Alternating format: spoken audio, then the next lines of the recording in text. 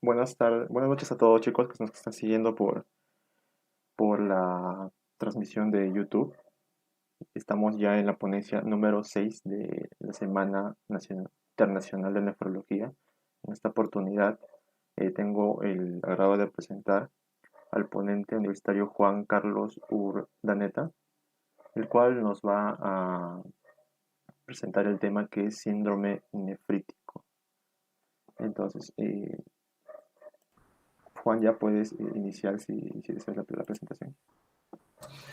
Bueno, muy buenas noches y muy buenos saludos a todos. Estoy muy contento de tenerlos todos aquí y de que hayan podido participar en esta actividad, la semana de nefrología. Espero que la hayan pasado muy bien esta semana, que hayan aprendido mucho con los otros ponentes. Han sido temas muy interesantes los que hemos tenido.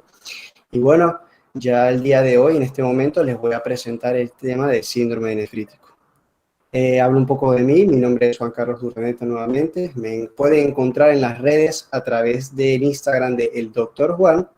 Soy un estudiante del quinto año de medicina de la Universidad del Zulia en Venezuela. Me dedico a crear contenido médico a través de mis redes y actualmente me encuentro jugando en la competencia médica hospitalaria Todo por el Mil. Es una competencia nacional en Venezuela donde varios jugadores de distintas universidades del país estamos participando para ganar un premio de una beca completa CTO, que esta beca nos permite continuar con nuestros estudios en España. Sin más preámbulos, inicio la presentación. Vamos a hablar el día de hoy sobre síndrome nefrítico. Antes de comenzar, quiero decirles que, bueno, tengo unos regalitos especiales para el final de la presentación, así que para los que se queden al final, les compartiré este contenido que va dedicado al tema y que los va a ayudar mucho para estudiar y para el examen del tema, ¿ok? Entonces, hablamos rápidamente sobre los riñones o el sistema renal. Ya seguramente lo han discutido esta semana con los otros ponentes sobre la anatomía y la fisiología renal, pero hablando brevemente nuevamente sobre los riñones. Bueno, los riñones es un órgano que se encuentra en la región abdominal, es bilateral, son dos riñones que se encuentran en la región abdominal en el área retroperitoneal. ¿Ok? Ellos cuentan sobre todo con un polo superior y un polo inferior, una cara interna y una cara externa, una cara anterior y una cara posterior. En el polo superior encontramos las glándulas suprarrenales y en la cara interior vamos a encontrar que se encuentra irrigada por la arteria renal y la vena renal. De ahí sale la pelvis renal que lleva hacia el conducto excretor. ¿Ok? No me quiero parar mucho por aquí por anatomía porque ya seguramente lo han estudiado ya al principio de la semana. Entonces, cuando nos vamos a la unidad funcional del riñón, que es la nefrona, recordemos que el riñón en su interior está dividido en el parénquima y en la médula, en la corteza y en la médula. Cuando encontramos la nefrona, donde tenemos la unidad funcional que se encarga de generar todas las funciones propias que tiene el riñón, sobre todo la parte excretora. Entonces repasamos un poco por acá, nos vamos a encontrar que tenemos una cápsula que se llama la cápsula de Bowman. Ella está revestida por un epitelio plano simple, que esta cápsula de Bowman lo que va a contener es el famoso glomérulo, que va a ser el protagonista de la presentación del día de hoy. Vamos a contar con unas arteriolas aferentes, ¿sí? La que trae la sangre hacia el glomérulo, y una arteriola eferente, que es quien la distribuye o proviene desde el glomérulo hacia el resto del cuerpo. Vamos a tener que el cápsula, bueno, todo el complejo funcional tiene un polo vascular constituido por las arteriolas y un polo urinario, que es donde va a vertirse el ultrafiltrado sanguíneo y consecuentemente se irá hacia la excreción por la diuresis. Entonces, hablando básicamente del síndrome nefrítico, ¿cómo lo podemos definir? Son una constelación de manifestaciones clínicas causadas por un proceso inflamatorio en el glomérulo. El glomérulo que vimos se va a inflamar y esto va a generar unas manifestaciones clínicas, y estos síntomas o estas manifestaciones es lo que engloba el cuadro de síndrome nefrítico. Este síndrome usualmente es causado por una glomerulonefritis aguda post-estreptocóxica. ¿Qué quiere decir esto? Dijimos que es una inflamación del glomérulo, así que vamos a tener una glomerulonefritis. Esto sería un cuadro agudo y post-infección de estreptococo. ¿Por qué hago la aseveración de esta causa? Tenemos múltiples causas de glomerulonefritis, pero esta es la más común. Así que a lo largo de la presentación es una de las más frecuentes en las que vamos a hablar. ¿Ok? Hablamos un poco de las manifestaciones que presentan, cómo es este síndrome. Principalmente presenta hematuria, que es orinas con sangre, edemas e hipertensión arterial. Asociado también puede haber disfunción o falla renal, ¿ok? Y vamos a ver que esto es una enfermedad bastante frecuente en niños, sobre todo en aquellos de 2 a 12 años. En el adulto, la infección estreptocóxica es más frecuente en aquellos pacientes que sean diabéticos, alcohólicos o drogadictos. Y a través de esto existe una cierta preponderancia en los hombres para esta enfermedad. Entonces, ¿cuáles son las múltiples causas? Tenemos las postinfecciosas, que son secundarias a un proceso infeccioso. Tenemos infecciones glomerulonefritis causadas por bacterias, por virus, por parásitos o hasta por hongos. Luego vamos a tener las glomerulonefritis primarias. Estas son primarias, quiere decir que el defecto o el origen de la enfermedad proviene del mismo glomérulo. ¿Ok? Tenemos distintas glomerulonefritis, encontramos la extracapilar, la membrana proliferativa y las mesangiales, tanto por inmunoglobulina A como la no inmunoglobulina A. Luego vamos a ir desarrollando qué quiere decir todo esto. Luego vamos a presentar también unas glomerulonefritis secundarias a otras enfermedades, secundarias a enfermedades sistémicas. Por ejemplo, los pacientes que sufren de lupus o de vasculitis, estos son pacientes que tienen predisposición a sufrir de glomerulonefritis. Y cuando tenemos una glomerulonefritis, vamos a tener manifestaciones clínicas. Y estas manifestaciones clínicas será el síndrome nefrítico. Y entre otras causas o causas misceláneas tenemos nefritis por radiación, por quimioterapias, por tumores renales o nefropatías asociadas a otros síndromes como el Guillain-Barré. También se puede clasificar un poco o en qué causa podemos pensar según la edad del paciente.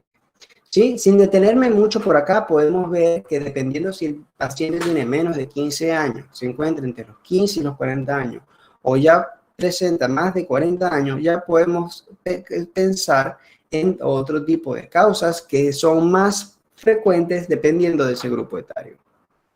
Ahora, ¿de dónde se origina la enfermedad? Vamos a hablar principalmente de la glomerulonefritis aguda post-estreptocóxica. Pero ustedes dicen, oye, pero el tema no es de síndrome nefrítico. Pues sí, porque todas estas glomerulonefritis van a cursar con un síndrome nefrítico. ¿Ok? Y esta es la que la traigo a colación porque es la más frecuente de todas y es la que más se pueden encontrar. Entonces, ¿cómo se origina esta enfermedad? Primero tenemos la bacteria, el estreptococo beta hemolítico, principalmente del grupo A. Esta bacteria tiene distintas variantes antigénicas y eso es lo que se llaman cepas, ¿ok? De diferentes cepas, diferentes bacterias del mismo estreptococo. Pero lo que sucede es que algunas cepas de este estreptococo causan enfermedad renal, causan glomerulonefritis, causan enfermedad glomerular. ¿Y cómo es esto? ¿Por qué sucede así? Bueno, resulta que el estreptococo tiene dos infecciones principales. El estreptococo puede causar faringoamigdalitis o puede causar infecciones cutáneas. Entonces, cuando los pacientes tienen historia de enfermedad, tanto por faringoamigdalitis como una infección cutánea, podemos sospechar de que puede presentar una glomerulonefritis. Es importante saber la historia del paciente. Llegó un paciente que presentó la hematuria, los edemas, la hipertensión arterial. Debemos preguntar si ese paciente estuvo enfermo hace 2 semanas, por ejemplo. Si ese paciente recientemente había sufrido de alguna faringoamigdalitis o si tuvo algún tipo de infección cutánea. Porque son las enfermedades que causan el estreptococo. El estreptococo entra, causa la enfermedad Y ya después de que los pacientes se curan, incluso pueden quedar estas cepas dentro del organismo y manifestar la enfermedad glomerular después. ¿Cuáles son las cepas? Las cepas nefritogénicas provenientes de las infecciones por faringoamigdalitis son la 1, la 2, la 4 y la 12. Mientras que las infecciones cutáneas, las cepas nefritogénicas son las 49, 55, 57 y 60. Lo que quiero decir aquí es que estos son los subtipos o las cepas del estreptococo que pueden causar glomerulonefritis dependiendo del antecedente patológico que tuvo el paciente. Ahora, ¿cómo se desarrolla la fisiopatología de la enfermedad? Tenemos diferentes factores que todos son muy importantes, tanto factores genéticos, factores inmunológicos y hasta pueden presentarse factores infecciosos. Puede ser a causa de una de ellas o de las tres en conjunto. Entonces, una vez se da un proceso infeccioso o inmunológico, como vieron en la animación, se forma un complejo llamado inmunocomplejo, que quiere decir que el anticuerpo se une con un antígeno. ¿Okay? Esto sucede en procesos normales como respuesta inflamatoria o respuesta inmune. Pero lo patológico en esta situación es que estos inmunocomplejos, la unión del anticuerpo con el antígeno, se empiezan a acumular, se empiezan a depositar en el glomérulo, y eso no debería estar sucediendo. Entonces, cuando estos inmunocomplejos se depositan en el glomérulo, se desencadena una respuesta inflamatoria. Se secretan citoquinas como la interleuquina 1, y la interleuquina 1 lo que va a realizar es que va a empezar a activar al linfocito T.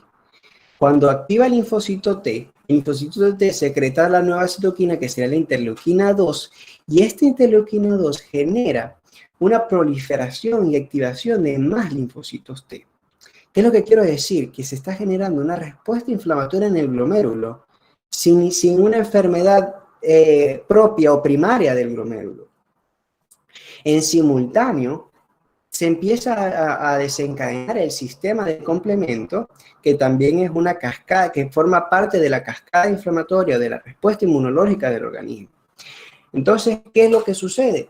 Que este sistema de complemento se empieza a activar y junto con los linfocitos comienzan a desarrollar perforinas y alteraciones en la membrana del glomérulo. ¿Ok? ¿Qué va a causar esto? El daño vascular.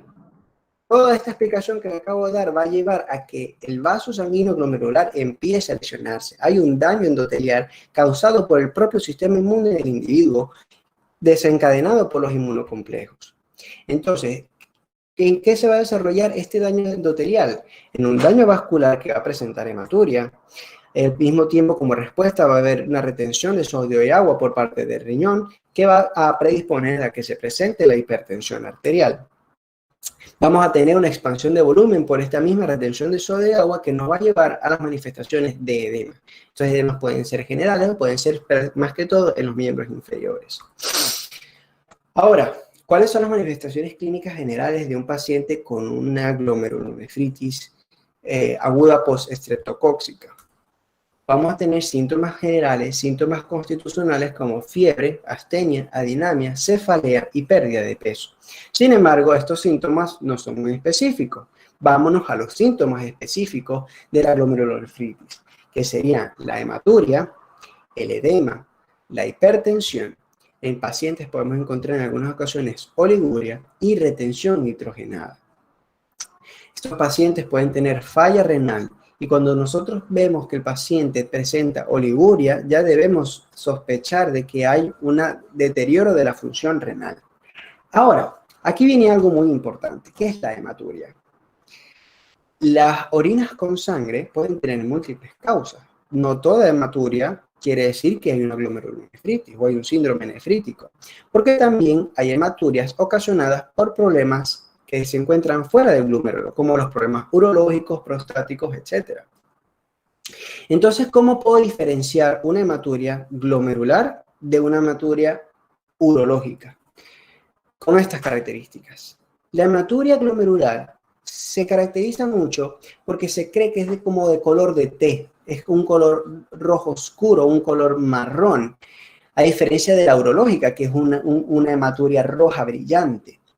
La hematuria glomerular no presenta coágulos y sí presenta proteinuria. En cambio, la urológica, todo lo contrario, la urológica presenta coágulos y no presenta proteinuria.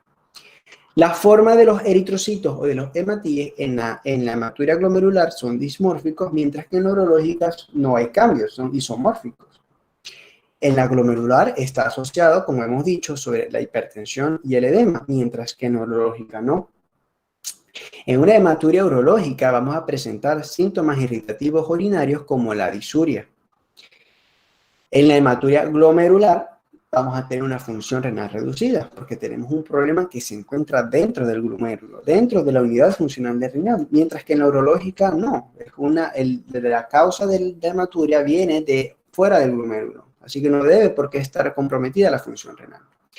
Y como importancia que dijimos hace un rato, el antecedente. Podemos sospechar cuando hay una hematuria glomerular si el paciente tuvo un antecedente, una infección respiratoria o un rash cutáneo, porque eso nos permite sospechar si este paciente tuvo una infección por el estreptococcus anteriormente. Ahora, esto es más o menos cómo se desarrolla la enfermedad cronológicamente hablando. Tuvimos una enfermedad por el estreptococo hace unas semanas, el paciente tuvo su faringoamigdalitis o su infección cutánea, pero ya él se curó, ya el paciente no presentó más síntomas de esto. Ahora, ¿qué es lo que sucede? Que esta infección, a pesar de ya no tener síntomas, a pesar de resolver, queda latente. Quiere decir que la infección queda silentemente en el organismo y que posteriormente puede desencadenar las manifestaciones. Cuando inicia la presentación, ya estamos en un cuadro agudo, comienza a manifestarse el edema, la hipertensión y la hematuria.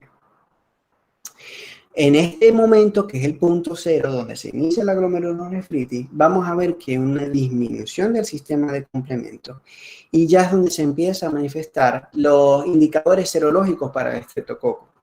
¿Okay? Y en esta situación, y en esta época o en este periodo de tiempo es donde se va a presentar tanto los síntomas como la proteinuria. Esta enfermedad dura aproximadamente de 2 a 4 semanas y lo importante es que lleva a la recuperación. Es una enfermedad autolimitada. ¿Okay? ¿Qué exámenes debemos solicitarles a un paciente con síndrome nefrítico o con glomerulonefritis?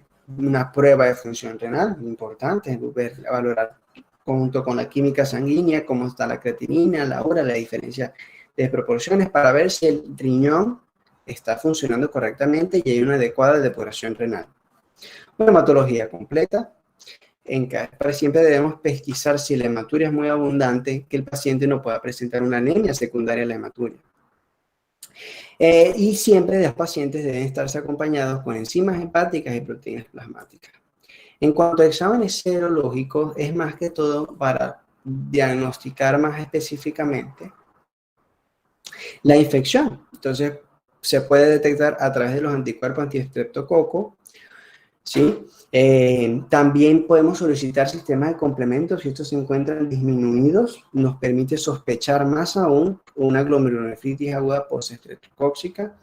En aquellos pacientes donde no tenemos muy claro si hubo una infección por estreptococo, debemos buscar otras causas. Entonces también, como dijimos anteriormente, que por ejemplo el lupus es una enfermedad, es una causa secundaria de glomerulonefritis, así que debemos pedir anticuerpos antinucleares y asimismo, como otras enfermedades sistémicas, pesquisarlas de esa manera, con los anticuerpos antimembrana basal, el ANCA, y en sospecha de una glomerulonefritis infecciosa postviral,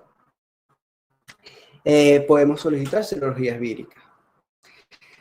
Y entre otros exámenes tenemos principalmente las imágenes y la biopsia renal. ¿Ok? ¿Cuándo debemos nosotros solicitar una biopsia renal? Cuando el diagnóstico no lo tenemos muy claro. Porque si yo tengo un paciente, niño de 4 años, tuvo faringitis hace 4 semanas, se mejoró y de repente comenzó a manifestar, ya yo sé el diagnóstico, es una glomerulonefritis aguda postestreptocóxica, ya yo estoy mucho más orientado ahí. Pero yo debo solicitar una biopsia renal cuando la evolución es más sospechosa, no me cuadra, es diferente, es atípico. Cuando el paciente no tiene antecedentes de enfermedad, por estreptococo. Cuando el paciente es menor a 2 años. Cuando el paciente es mayor a 40 años. Cuando el paciente sospechamos otras enfermedades sistémicas como cáncer o lupus. ¿Ok?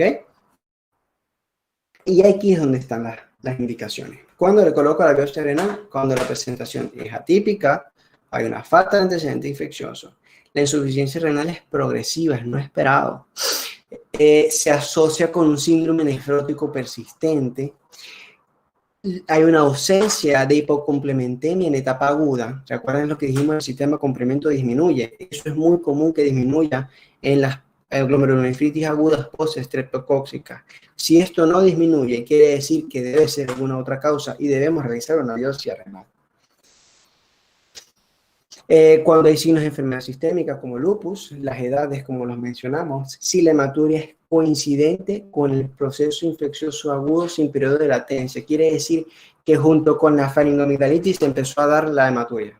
Eso es muy atípico, porque la hematuria se da posterior a la infección, posterior a un periodo de latencia. Si este periodo de latencia no está presente, debemos pensar que no fue el estreptococo lo que me está causando la hematuria y debemos pesquisar otras causas. Cuando hay persistencia de síntomas más allá de los descritos, la hipertensión, la oligonuria, macrohematuria, cuando estas manifestaciones o son mucho más abundantes o son mucho más prolongadas, que la evolución clínica no es la esperada. Y en caso de tener alguna duda diagnóstica. ¿Ok? Entonces, como resumen del algoritmo, podemos decir que la origen de la enfermedad en la glomerulonefritis aguda postestreptocóxica se da por una infección por el estreptococo beta hemolítico del grupo A. Esta va a generar un antígeno, que es el estreptococo, se va a unir a un anticuerpo y la unión del anticuerpo con el antígeno va a generar los inmunocomplejos. Estos inmunocomplejos van a generar depósitos en los capilares glomerulares y activación del sistema de complemento.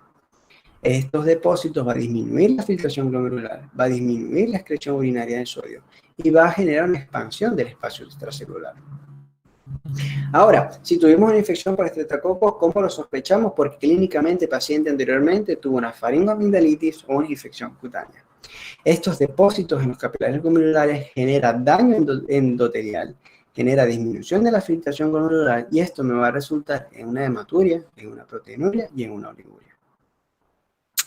Y la disminución de la excreción urinaria del sodio y la expansión del espacio extracelular nos va a llevar a que se dé la sobrecarga hídrica en el paciente. Vamos a presentar edemas, sobrecargas de volumen e hipertensión arterial.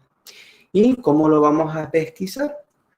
Perfecto. Colocamos entre los laboratorios, buscamos los indicadores serológicos para pesquisar tanto la infección por el estreptococo como el anticuerpo o la presencia de los inmunocomplejos y los anticuerpos. La activación de complemento debe estar disminuida. La filtración glomerular disminuida, deterioro de la función renal, nos va a llevar a un aumento de la urea plasmática y un aumento de la creatinina plasmática. Y una disminución de la excreción urinaria pues, se da cuando es menor a un 1% de excreción fraccionada de sodio. Y la expansión nos va a llevar a una disminución de la renina plasmática y una disminución de la aldosterona plasmática. Estos son hallazgos que en laboratorio que podemos encontrar que se pueden ligar a toda esta patogenia. Pero sin embargo, no necesariamente tenemos que solicitar cada uno de estos exámenes, sino los que mencionamos anteriormente. Esto es para explicar un poco cómo se correlaciona tanto el origen de la enfermedad, las manifestaciones clínicas y las manifestaciones en los laboratorios. Ahora, ¿cómo vamos a tratar a estos pacientes? Tienen 3 pilares principales. Va a haber unas medidas generales, unas medidas farmacológicas y un tratamiento específico a la causa que lo origina. Las medidas generales, estos pacientes deben tener un monitoreo constante, un monitoreo diario de la presión arterial, si el paciente y los edemas están evolucionando favorablemente o no, y la condición cardiovascular, si tienes insuficiencia cardíaca, si tienes sobrecarga hídrica, si presenta insuficiencia renal. La dieta debe ser hiposódica, con restricción de líquidos, porque dijimos que estos pacientes son hipertensos y edematosos. Si el paciente presenta insuficiencia renal y oliguria, se restringirán los fosfatos del potasio junto con una dieta hipoproteica, porque la insuficiencia renal hay disminución de la función renal y necesitamos darle demandas según sus capacidades. Es importante realizar un balance hídrico y dietético diario. ¿Por qué? Porque el paciente necesitamos valorar cuántos líquidos están recibiendo y cuántos líquidos están excretando. Esto nos va a permitir valorar un gasto urinario y nos sabrá ayudar si el paciente está orinando poco, está orinando normal o está orinando mucho. Las medidas farmacológicas es sobre todo para la hipertensión arterial. De todas las manifestaciones clínicas que tiene un paciente con síndrome nefrítico, la más importante es la hipertensión arterial. Recuerden que a través de eso se pueden producir crisis hipertensivas con daños a órganos blancos como el corazón o el cerebro, ictus hemorrágicos. Entonces debemos siempre estar pendientes de la hipertensión. ¿Y cómo lo vamos a tratar? En primera línea tenemos diuréticos de ASAs. Ellos están indicados cuando el paciente presenta edemas o hipertensiones arteriales, porque hay una sobrecarga circulatoria. ¿Cuál diurético? Podemos utilizar una furosemida a 0,5 a 2 miligramos por kilogramo día, vía oral en casos leves y moderados, y en casos severos la dosis puede aumentar hasta 10 miligramos kilogramo día. En caso de una hipertensión arterial que no responda a las medidas anteriores, las medidas generales o a las diuréticos, podemos iniciar nifedipina. 0,25 a 2 miligramos por kilogramo día vía oral o hidralazina a 0,5 a 2 miligramos por kilogramo día vía oral. Entre los dos, preferiblemente el nifedipina. ¿Ok? Los IECA están contraindicados. ¿Ok? Ellos son inhibidores de la enzima convertidora en angiotensina. Están contraindicados porque ellos van a incrementar las concentraciones de potasio y en estos pacientes, por el deterioro de la función renal, no queremos eso. Y el tratamiento específico, si tenemos una causa, vamos a tratar la causa. En el caso de la glomerulonefritis aguda postestreptocócica, usar antibióticos solo si existe infección activa.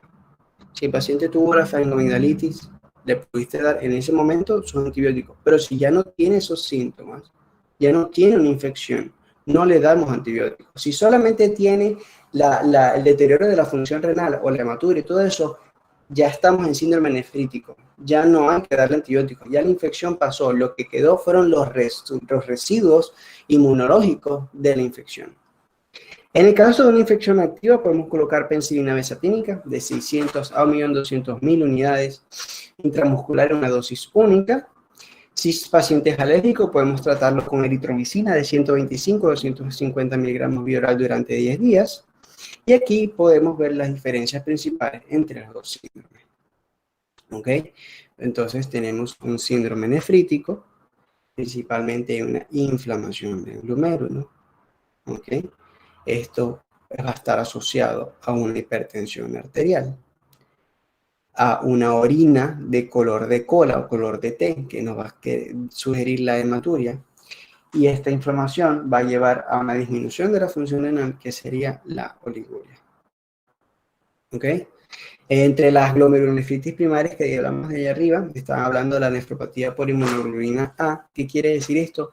Que las inmunoglobulinas o los anticuerpos tienen una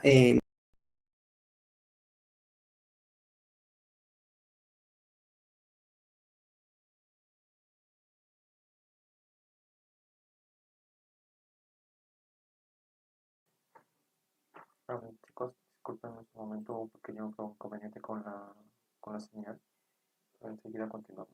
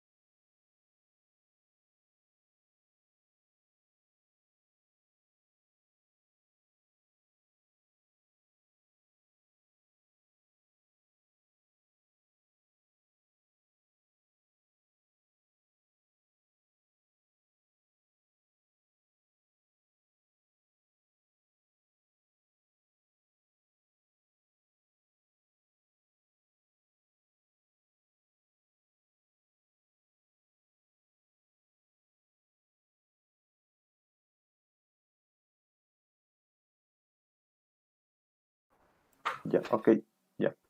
Disculpen el inconveniente, chicos, ya podemos continuar con la presentación. Adelante, Juan. Bueno, debido a la dificultad técnica, volvemos a hablar sobre esta diapositiva. Estábamos discutiendo sobre las diferencias principales del síndrome nefrítico y el síndrome nefrótico. Entonces no nos vayamos a confundir, nefrítico con la I, nefrótico con la O. Nefrítico con la I, vamos a tener inflamación del glomérulo, ¿ok? Esta inflamación del glomérulo va a estar acompañado de una hipertensión arterial. Va a haber una disminución de la función renal que va a llevar a una oliguria. Vamos a tener una hematuria que nos va a llevar a unas orinas de color de cola o color de té, ¿sí? También aquí están describiendo lo que se llama la enfermedad de Berger, que es una nefropatía por inmunoglobulina A. ¿Qué quiere decir esto? Que sin necesidad de una infección anterior, sin necesidad de una glomerulonefritis post-estreptocócica o una infección por el estreptococo, los anticuerpos tienen manifestaciones reactivas que generan ellos mismos inmunocomplejos. ¿Ok? Y estos inmunocomplejos tienen las mismas manifestaciones que se depositan en el glomérulo y generan la enfermedad. Es la causa más común de la glomerulonefritis primaria, pero la causa más común entre todas es la glomerulonefritis post-estreptocócica. Ahora, para diferenciarlo del síndrome nefrótico, los pacientes van a presentar pérdidas significativas de proteínas a través de la orina, proteinuria masiva. Esto va a conllevar a que los pacientes tengan una hipoalbuminemia. Y estas pérdidas de albúmina en la sangre va a llevar a un edema periférico, ¿ok? Porque hay disminución de la presión oncótica intravascular. Estos edemas se pueden presentar tanto en el nefrítico como en el nefrótico, ¿ok? Sin embargo, en el nefrótico son mucho más significativos y hasta pueden ser generalizados. Y generalmente nos podemos encontrar en las piernas, pero es porque recordemos que en las piernas es donde tenemos, donde hay más predisposición a la retención de líquido por el efecto de la gravedad. Y estos pacientes en síndrome nefrótico también tienen predisposición de presentar hiperlipidemia. Nuevamente tenemos un cuadro comparativo. Se caracteriza el síndrome nefrítico por los pilares principales, la hematuria, la oliguria, el edema, la hipertensión y la insuficiencia renal. Mientras que en el síndrome nefrótico va a estar caracterizado por una proteinuria mayor a 3.5 gramos en 24 horas, una hipoalbuminemia menor a 3 gramos sobre decilitro, los edemas y la hiperlipidemia. Fíjense que a pesar de que se parece mucho, son conceptos que tienden a confundirse, tienen características muy diferentes y que son fácilmente reconocibles. Cuando uno piensa en hematuria, o en oliguria, o en hipertensión arterial, uno se viene para nefrítico. Pero cuando uno ve proteinuria o hiperlipidemia, uno se viene para nefrótico. Claro, estos pacientes presentan edema, pero cada uno lo presenta, uno por la retención de sodio y agua, y el otro por la hipoalbuminemia. Las manifestaciones clínicas de la síndrome nefrítico lo habíamos hablado ya. Sobre la hematuria y sobre los demás síntomas, pero en el nefrótico, seguramente lo hablamos más temprano, que las clínicas es más característica de ellos. Son orinas espumosas secundarias a la proteinuria, son edemas característicos porque son más generalizados. Además de los miembros inferiores, podemos tener edemas faciales y palpebrales. Los pacientes van a aumentar de peso porque la retención de líquidos es muchísimo mayor. Y como están reteniendo líquidos y hay pérdida del volumen sanguíneo intravascular, hay hipovolemia. Estos pacientes van a tener alteraciones inmunológicas por pérdidas de anticuerpos, alteraciones hematológicas por pérdida de factores de coagulación y entre los dos casos vamos a tener insuficiencia renal. Ahora, ¿qué es lo que le quería regalarles al principio de la presentación? Si ya llegaron hasta acá, no tengo ningún problema, quiero darles este regalito que les preparé una guía resumen del tema sobre síndrome nefrítico. Quise facilitarles el estudio posterior a esta clase y aproveché y coloqué toda la información en esta guía de manera didáctica para que puedan estudiar y repasar. Un truquito, una trampita por acá, les doy el consejo y el dato que muchas de las preguntas del examen salieron de esta guía, así que les recomiendo que consigan este resumen. ¿Cómo se los voy a facilitar? Simplemente ingresa el link de mi biografía en el Dr. Juan, ingresa a mi canal de Telegram y por ahí les voy a enviar el resumen. ¿Ok? Y el segundo contenido que les quería compartir era que quería darles la noticia de que actualmente me encuentro en la segunda ronda de la competencia médica Todo por el Mil y tenemos que realizar contenido académico en Instagram y son videos muy interesantes. Entonces les quiero compartir el nuevo video que acabo de publicar sobre el soporte vital avanzado. Fue una dinámica bastante interesante y hice el video con todo el cariño, hablar un poco sobre las preguntas que dejaron. ¿Ok? Aquí tenemos una pregunta de que ¿por qué se da dietas hipoproteicas en los pacientes con insuficiencia renal? Recordemos que los pacientes ¿Aló? Ok. Recordemos que las dietas, para pacientes con un deterioro de la función renal, hay una alteración de la depuración de creatinina. ¿Ok? Estos pacientes hay que darle una disminución de la demanda de las depuraciones porque las proteínas son moléculas muy grandes, que ellos son más difíciles de filtrar. ¿Ok? Entonces, cuando hay una mayor carga, una mayor dieta hiperproteica, eso lleva a una mayor demanda o un mayor consumo de la función renal y si en estos pacientes se encuentra disminuido, es contraproducente. ¿Ok? Cualquier otra pregunta, son bienvenidos a realizarlas. Aquí estoy pendiente, cualquier cosita que necesiten. ¿Ok? Excelente, colega Juan Carlos. Una muy excelente ponencia. Todo claro, muy excelente. Bueno, aprovechar este momento también para agradecerte, ¿no? De parte de las dos sociedades organizadoras de este evento y esperamos contar con tu apoyo en futuras actividades. Y bueno, a ver si tienen algunas preguntas más los chicos, por favor déjenlas en los comentarios.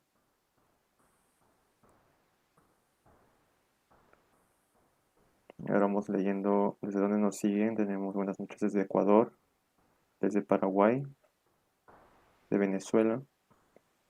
También tenemos desde Nicaragua y Bolivia, chicos. Excelente. Tenemos agradecimientos de Carlos Manuel López, excelente ponencia. De Marta Rubí, muchas gracias. Chicos, aprovechar este momento también para recalcar, ¿no? Vayan a seguir la cuenta del doctor, a ver sus videos para apoyarlo. Y bueno, doctor, esperamos que pueda conseguir la meta que desea.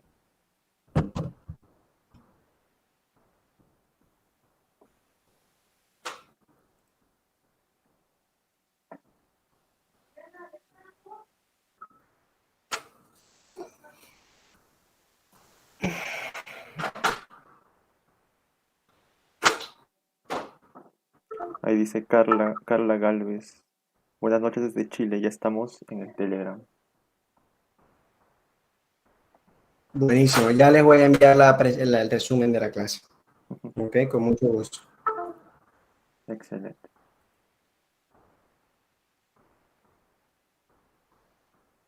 Bueno, Juan, creo que ya no habría ninguna duda. Los chicos creo que quedó todo totalmente claro.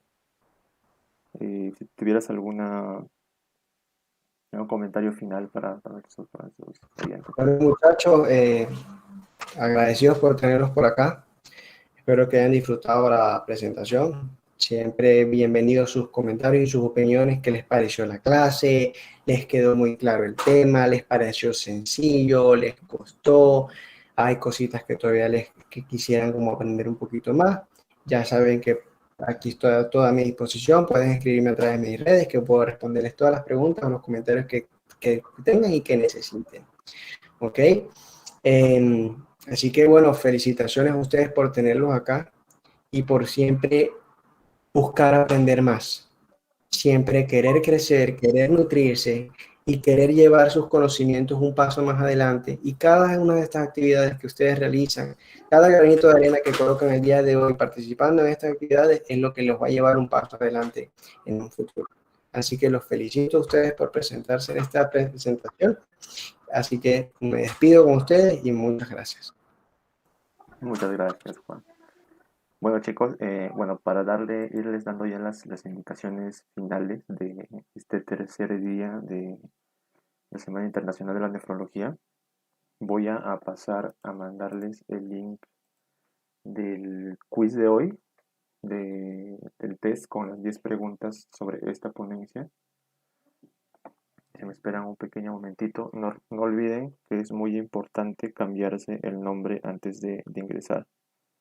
Ok, como ya estamos en la sexta ponencia, simplemente ponen su nombre, guión 6.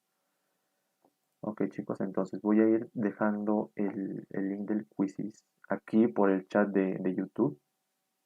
Solo va a pasarse por aquí chicos. Y posteriormente a eso también voy a estar enviando el link de certificación, que es el link donde van a adjuntar en caso hayan dado los 3 quizzes de hoy, pueden adjuntarlo ahí. Si dieron solo 2 también, y si dieron solo uno también. Entonces chicos, si tienen alguna duda más respecto a eso, déjenmelo aquí en el chat de YouTube y se los voy a estar respondiendo.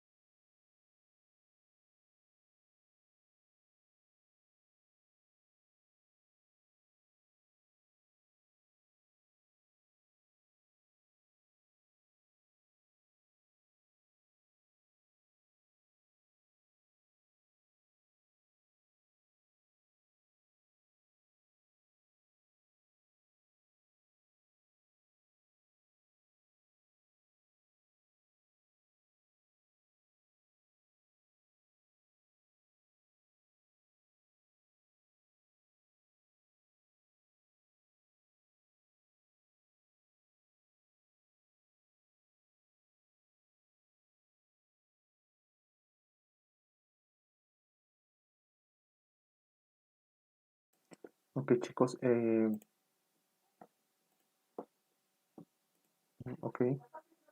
Vale, los que no pudieron dar el quiz 5, por favor, aún no, tranquilos, se les va a volver a pasar el otro enlace. En estos momentos la encargada de ese quiz está un poco, tiene clase y lo vamos a pasar posteriormente, ¿así? ¿Está bien? Así que por favor no se esperen, ahorita voy a pasar el link del quiz de hoy.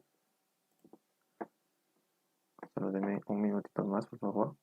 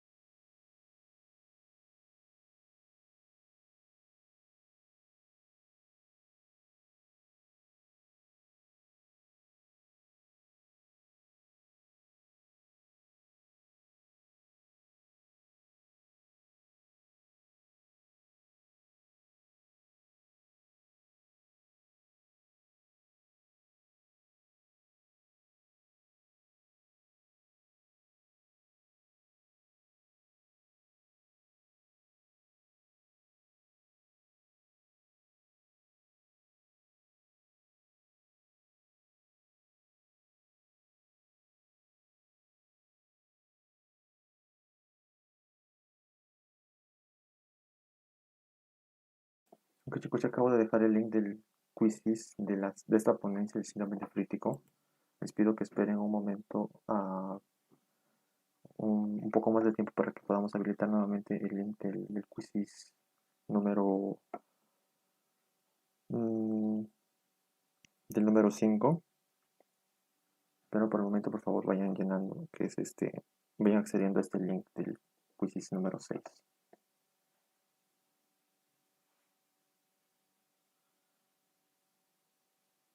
No, por motivos de organización hemos decidido a partir de ahora pasarlo solo por el link de YouTube.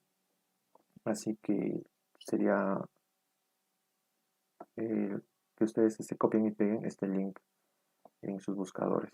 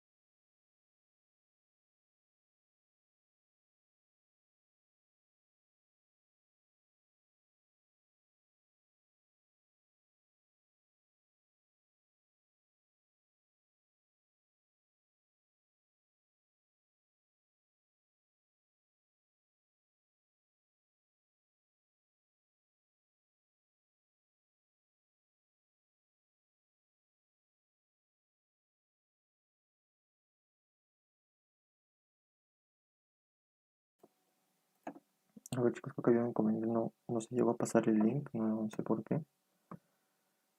A ver, ahora sí ya se debe de pasar. Ya, ahora sí. Y el código también se los voy a pasar ahorita.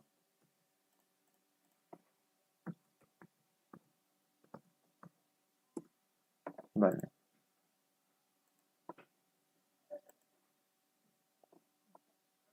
Ya está el link y el código en el chat de YouTube. Ya pueden ir ingresando.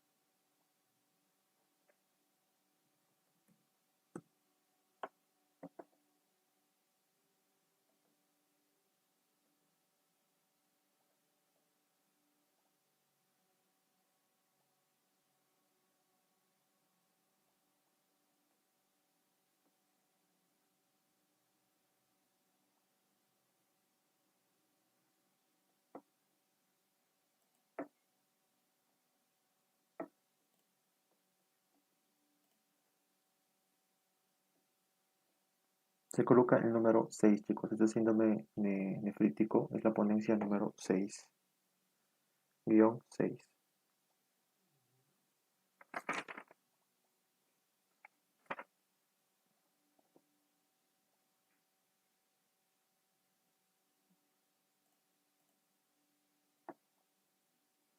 Ok, ya tenemos a 27 participantes.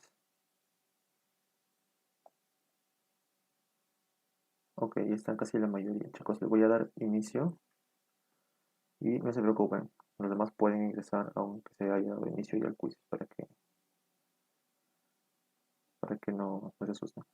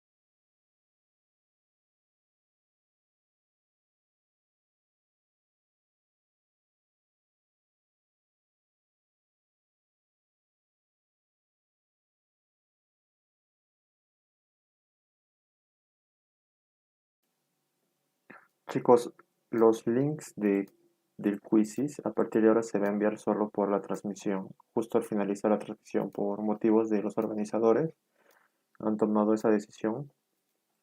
Así que ya no se va a pasar los links de los quizzes por los grupos, solo va a ser por este medio.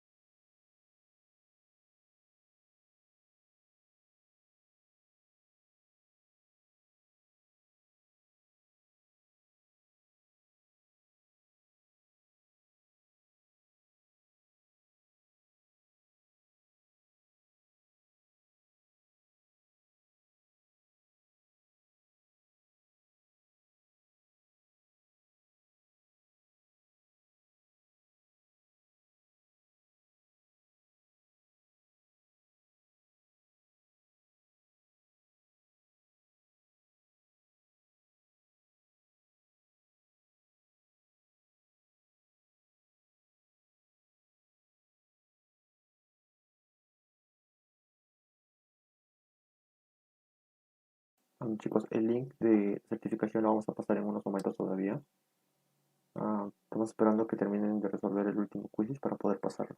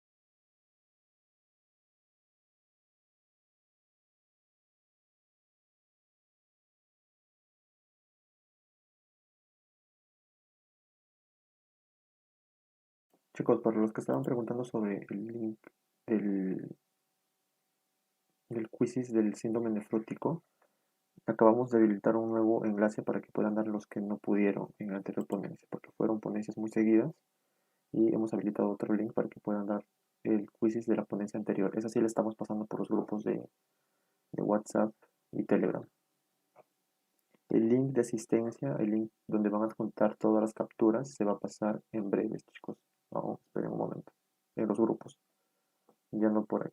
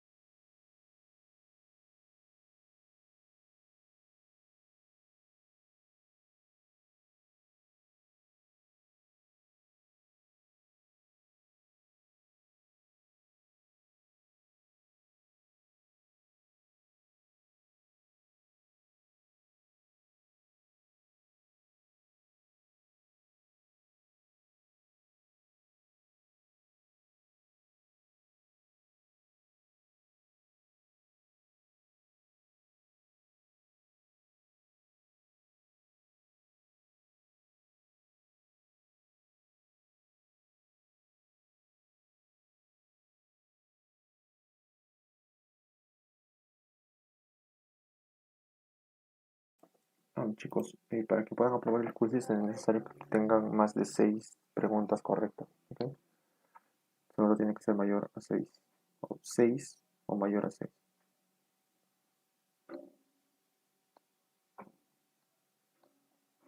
Exacto, chicos. El de hoy, el que están dando ahorita, el que pasé el link por aquí, es con el número 6. El que acabo de pasar por los grupos es de la ponencia anterior para que puedan darlo a aquellos que no dieron, porque fue una ponencia de transición muy corta. Entonces, el que envié por aquí es únicamente del número 6. El que envié por los grupos de WhatsApp y Telegram fue el número 5. Lo pasé porque mencionamos que iban a estar habilitados hasta terminar la última ponencia. Entonces, por eso habilitamos un nuevo link para aquellos que no pudieron darlo. Pero de esta ponencia de síndrome nefrítico solo la pasamos por aquí. Y esa es la que va con el número 6.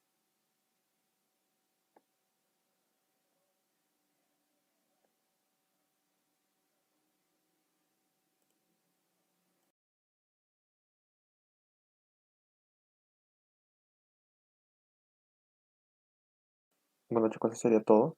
Eh, Voy a pasar a cerrar la transmisión. Cualquier duda o consulta, por favor, al chat de los moderadores, por favor.